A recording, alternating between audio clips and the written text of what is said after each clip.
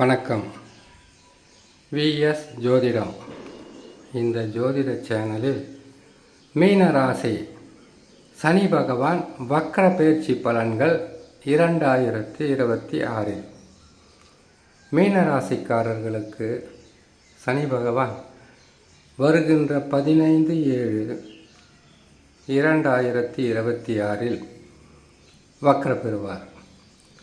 வக்ரம் பெற்றால் மீனராசிக்காரர்களுக்கு 7.5 சனியில் ஜென்ம சனியாக இருந்து எத்தனை முயற்சி செய்தாலும் முயற்சிகளில் சில நேரங்களில் கஷ்டங்களும் நஷ்டங்களும், குடும்ப உறவு நட்பு இவைகளில் பல வகையான எதிர்ப்புகளையும் எதிரிகளையும் சந்தித்து கொண்டு இருக்கக்கூடிய உங்களுக்கு மாற்றங்களும் முன்னேற்றங்களும் நற்பலன்களும் தேடி வரக்கூடிய காலம்தான் சனி பகவான் வக்ரம் பெறுகின்ற காலம்.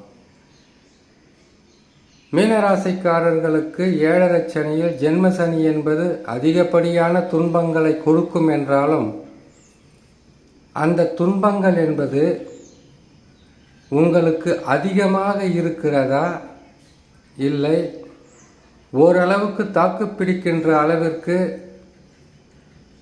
உங்களுக்கு இருக்கிறது என்றால் அதற்கு காரணம் சனி பகவான் உங்கள் ராசிக்கு பாதக அதிபதியாக எப்பொழுதும் வரமாட்டார்.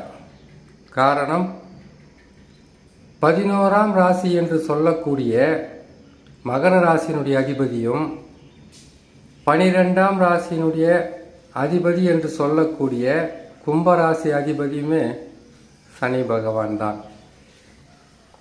சனி பகவான் என்பவர் 3 நிலைகளில் செயல்படுவார். ஒன்று மங்குச்சனி, அதாவது நீங்கள் முதலாக சந்திக்கின்ற 7.5 சனியாக இருந்தால் அதற்கு பேர் மங்குச்சனி.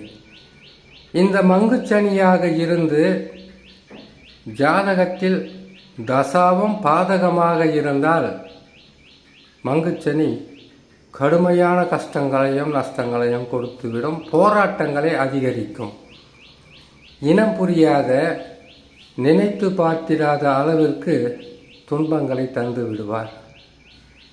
இதுவே பொங்கு சனியாக இருந்தால் ஏற்கனவே நீங்கள் 7.5 சனியில் மங்குச்சனியை சந்தித்த அனுபவம் இருக்கும்.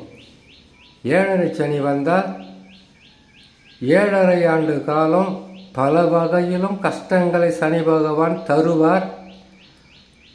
அவர் தந்ததை அனுபவித்த சில உண்மை விஷயங்கள் உங்களுக்கு தெரிந்திருப்பதினால் 7.5 சனியாக இருக்குது, பொறுமையாக இருக்கணும், அதிகப்படியாக ஆசைப்படக்கூடாது, யாரிடமும் நாம் வீணான வாக்குவாதங்களை வைத்து கொள்ளக்கூடாது. வேலை செய்கின்ற இடத்திலும் சரி, குடும்பத்திலும் சரி, மற்ற இடங்களிலும் பொறுமையும் நிதானமும் காக்க வேண்டிய கட்டாயத்தில் இருக்கிறோம் என்பதை உணர்ந்திருக்க முடியும். அது மட்டுமில்லாமல் பொங்குச்சனியாக இருந்தால் அதிகப்படியான உழைப்பு இருக்கும். உழைப்புக்கேற்ற ஊதியம் என்பது சற்று நிதானமாகவே வரும். அப்படி வந்தாலும் அது முக்கியமான விஷயங்களுக்கு உங்களுக்கு பயனுள்ளதாக இருக்கும். இதுதான் பொங்குச்சனி. மங்குச்சனி, பொங்குச்சனி, கங்குச்சனி. கங்குச்சனி என்பது குறைந்தது 60 வயதிற்கு மேல் இருப்பவர்களுக்கு வரக்கூடியது. இந்த காலகட்டத்தில் உடல் நலத்தில் பாதிப்பும், உறவுகளால் பல வகையான மன கஷ்டங்களையும் சந்திக்கக்கூடிய சூழ்நிலையாக இருக்கும். ஆனால் சனி பகவான் இப்பொழுது வக்ரம் பெறுகிறார். அந்த வக்ரத்தால் மீனராசியான உங்களுக்கு நன்மைகள் என்பது அதிகமாக கிடைக்கும். எந்த ராசிகளில் சனி பகவான் சஞ்சாரம் செய்கின்றாரோ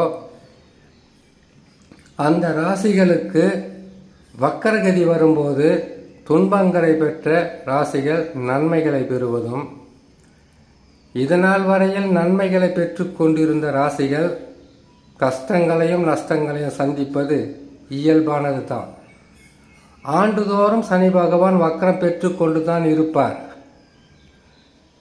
ஏன்னு கேட்டீங்கன்னாக்கா, சனி பகவான் இருக்கின்ற இடத்திலிருந்து 5ஆம் ராசிக்கு சூரிய பகவான் செல்லும் போது சனி பகவான் வக்ரம் பெறுவார்.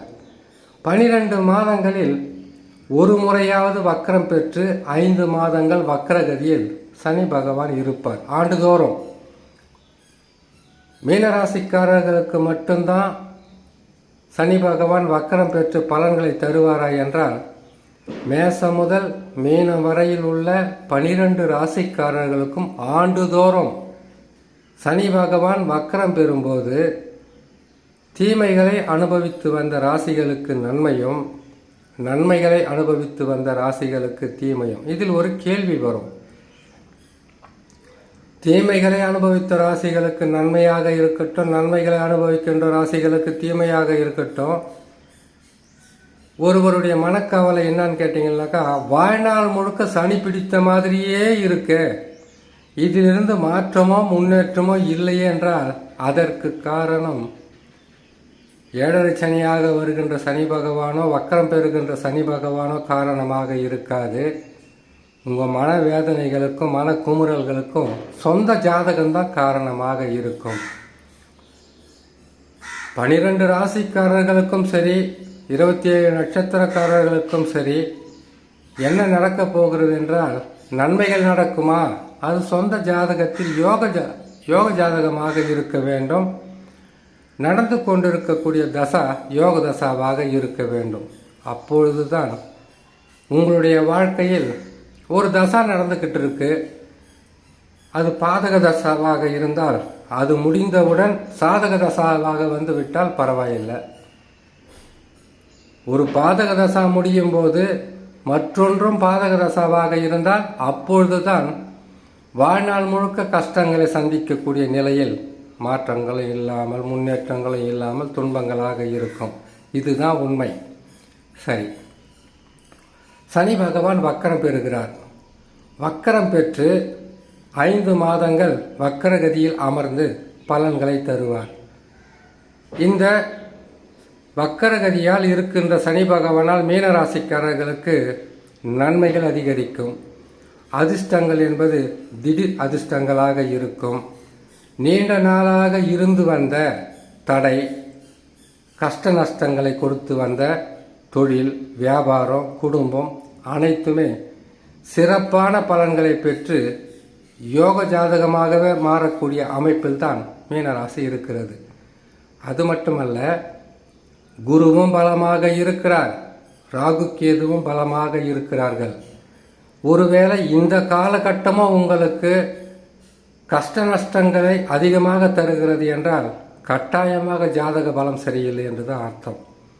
ஒரு பக்கம் சனி பகவான் வக்கரம் பெறுகிறார், மற்றொரு நிலையில் குரு பகவான் பூர்வ புண்ணியஸ்தானத்தில் அமர்ந்து லாபங்களை, நஷ்டங்களாக இருந்த அனைத்தையுமே லாபங்களாக உருவாக்கக்கூடிய ஸ்தானத்தில் அமர்ந்திருக்கிறார். ராகு கேதுக்கள் இப்பொழுது மட்டுமல்ல, ராகு கேதுக்கள் பயிற்சி பெற்றாலும் உங்களுக்கு நன்மைகளை செய்யக்கூடிய ஸ்தானத்தில் தான் இருக்கிறார்கள். 7 சனியில் ஜென்ம சனி என்பது கஷ்டங்களை கொடுக்கக்கூடியது தான். ஆனால் இந்த காலகட்டத்தில் கஷ்டமே இல்லாமல் அதிர்ஷ்டகரமான வாழ்க்கையை அமைத்து கொடுக்கக்கூடிய நிலையில்தான் அனைத்து கிரகங்களும் இருக்கிறது. மீனராசிக்காரர்களுக்கு கடந்த ஆண்டுகளில் இருந்து வந்த தொடர் தொல்லை, துன்பம், வேலையில் வாழ்வா சாவான் போராடிய போராட்டம், நம்பிக்கையானவர்களே உங்களுக்கு செய்து வந்த துரோகம், மன கஷ்டம், இது அனைத்தும் விலகி நற்பலன்களை அதிகமாக பெறக்கூடிய ராசிகளில் மீனராசியும் ஒன்று என்று சொல்லி இன்னொரு நல்ல பதிவில் உங்களை நான் சந்திக்கிறேன். நன்றி, வணக்கம்.